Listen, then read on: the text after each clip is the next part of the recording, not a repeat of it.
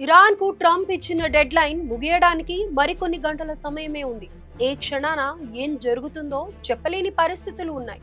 ఓవైపు ట్రంప్ తాను ఇచ్చిన టైం కంప్లీట్ అవుతుందని గుర్తు చేస్తూ ఇరాన్ కు డెడ్లీ వార్నింగ్ ఇచ్చారు.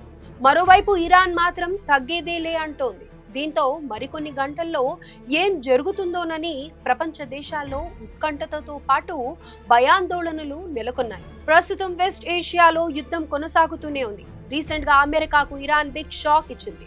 అగ్రరాజ్యం ప్రతిపాదించిన సీజ్ ఫైర్ డీల్ ను తిరస్కరించింది.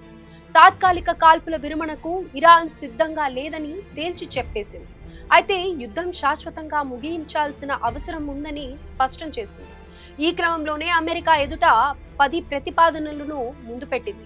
ఇదిలా ఉండగా ఇరాన్ తీసుకున్న ఈ నిర్ణయం అమెరికా అధ్యక్షుడు ట్రంప్ కు ఏమాత్రం నచ్చలేదు. ఇరాన్ చర్యలకు భారీ మూల్యం చెల్లించాల్సి వస్తుందని డెడ్లీ వార్నింగ్ ఇచ్చారు. మొత్తంగా ఒక్క రాత్రిలోనే ఇరాన్ మొత్తాన్ని పూర్తిగా కనుమరుగు చేసే సామర్థ్యం అమెరికాకు ఉందని మరోసారి హెచ్చరించారు. ఈ సందర్భంలోనే హార్మోజ్ జలసంధిపై తాను ఇచ్చిన డెడ్ లైన్ కు కట్టుబడి ఉన్నానన్నారు ట్రంప్. ఇవాళ రాత్రి 8 గంటల వరకే ఇరాన్ కు డెడ్ లైన్ విధించిన సంగతి తెలిసిందే. ఈ క్రమంలోనే ఆ గడువు విషయంలో ఎలాంటి మార్పు ఉండదని ట్రంప్ తేల్చి చెప్పారు.